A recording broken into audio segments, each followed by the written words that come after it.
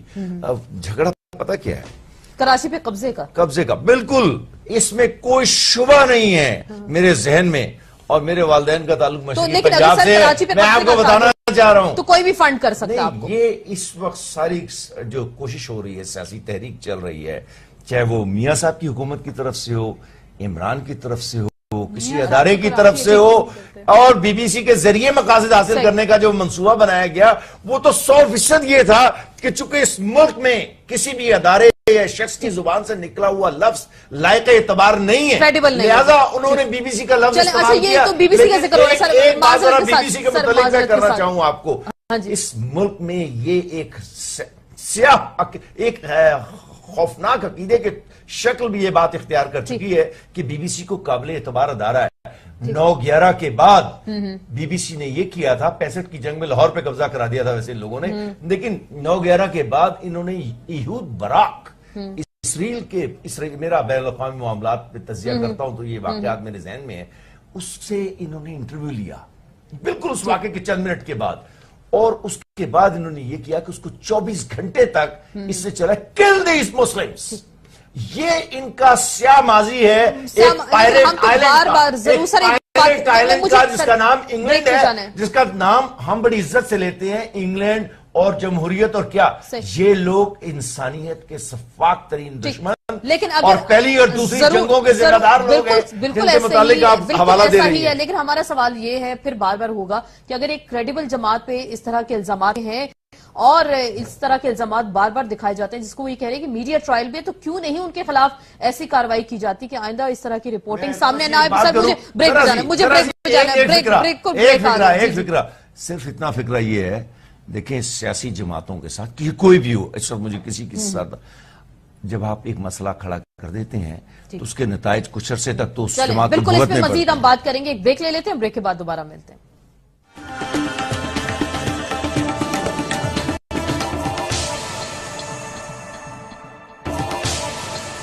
جی ناظرین، بریک کے بعد آپ کو خوش آمدید کہتے ہیں۔ بات ہو رہی ہے ایم کیو ایم کے حوالے سے جو بی بی سی کی سٹوری سامنے آئی، لیکن ابھی جو مزید اطلاعات سامنے آ رہی ہیں ابھی کی کراچی کی صورتحال کا اگر ہم ذکر کرتے ہیں، رینجرز کی جانب سے باضابطہ ایک پریس ریلیز سامنے آئی ہے جس میں یہ کہا گیا ہے کہ ملزم آصف اس نے یہ اعتراف جرم کیا ہے کہ 9/0 پہ جب ریڈ ہوا تھا تو ایم کیو ایم کا کارکن وقاص شاہ اس نے گولی مار کر ہلاک کیا، اور اس کے بعد اس کے بیان کے مطابق اس نے فاروق ستار، خالد مقبول صدیقی سے بھی رابطہ کیا، جس میں انہوں نے کہا کہ اس کے حق میں پریس کانفرنس بھی کریں گے، ایسا کچھ نہیں ہوا، اور اس کے بعد اس نے پسٹل کہیں نالے میں پھینک دی۔ یہ ابھی تک کی اطلاعات ہیں، رینجرز کی جانب سے باضابطہ ایک پریس ریلیز بھی سامنے آئی ہے۔ یہ تو ذکر ہو گیا ملزم آصف کا، اور بی بی سی کی سٹوری کا ذکر کریں گے۔ حافظ نعیم الرحمان صاحب وہاں سے موجود ہیں، امیر جماعت اسلامی کراچی کے، آپ کو ویلکم کہتے ہیں۔ السلام علیکم حافظ صاحب۔ السلام ورحمۃ اللہ۔ جی حافظ صاحب، یہ ذرا بتائیے گا، یہ جو سٹوری ہے ظاہری بات ہے ایم کیو ایم ڈینائی کر رہی ہے کہ جی ہمارا اس سے کوئی تعلق نہیں، میڈیا ٹرائل ہو رہا ہے، ماضی میں بھی ایسا ہوا، لیکن ابھی کیا یہ جو باتیں ہو رہی ہیں، جو بھارت سے فنڈنگ کے الزامات ہیں، کیا اس تناظر میں، اس سینیریو میں ایم کیو ایم پر پابندی لگ سکتی ہے؟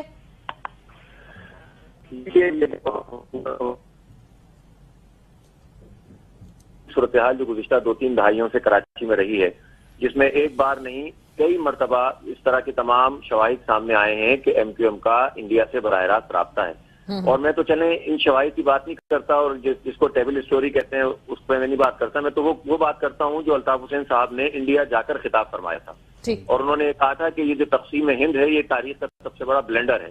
اس نے یہ الفاظ کہنے کے بعد کوئی پارٹی سربراہ مسلسل کراچی میں ٹیلی فونک رابطہ اور ویڈیو لنک کے ساتھ رابطے میں رہے، اور ایک پوری تنظیم کی جس نے تنظیم کی صورتحال بھی مافیا کی طرح ہو، اور مافیا کے نظام کے تحت یونٹ اور سیکٹر کا نظام چلتا ہو، اس پوری مافیائی طرز کی تنظیم کو حکومت بھی برداشت کرتی ہو، کورٹ بھی برداشت کرتی ہوں، قانون نافذ کرنے والے ادارے بھی برداشت کرتے ہوں، تو یہ ہمارے لیے ناقابل فہم بات ہے۔